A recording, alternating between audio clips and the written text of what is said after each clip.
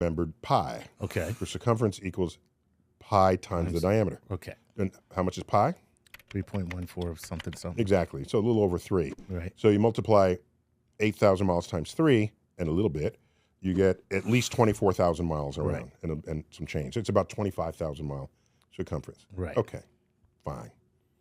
And I think we did on a separate explainer that the diameter of Earth pole to pole is less than the diameter of Earth in the equator. At the equator. I think we talked about that. The Earth is slightly flattened. Oblate spheroid. Yeah, I think that's what an oblate spheroid is. You're flattened top to bottom. Okay, yeah. The sun is also shorter top to bottom than across its equator. Interesting. Not by much, but it's measurable. Okay. So when someone asks, what's the diameter of the sun, what answer are you going to give them? Are you going to give them pole to pole? You're going to give them across the diameter? You're going to take the average of those two? I just want you to appreciate that when you look up a numerical answer to a question, right, depending on what it's answering, the question might not have an actual answer. We just have to sort of set the rule. The diameters are going to be across the equator for everybody. What's the diameter?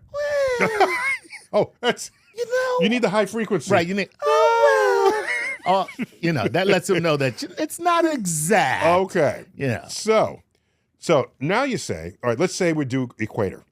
Now you look up at the sun with filters, then you see this sharp edge. All right? The edge of the sun has an edge. All right. Okay? But wait. The sun is made of what? Plasma. Plasma, it's just gas, basically. Okay? Plasma gas. When was the last time you saw gas have a sharp edge to it? That'd be my Uncle Darryl.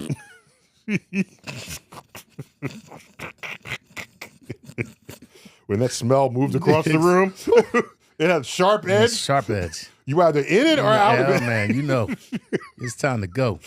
Yeah. The spherical ball that is the sun, the oblate spheroid that is the sun, we speak of an edge, but that's an edge made of gas. Right. Okay? How do you even have that? That's my point. It's like Earth's atmosphere. Right. Where's the edge of Earth's atmosphere? No, there's no edge. Right. It's gas that becomes sort of thinner and thinner. And you reached it when you're like... So when we see the sharp edge of the sun, in practice, we were referring to what's called the photosphere. Oh. The photosphere is a layer of the sun's atmosphere, which is the last point of contact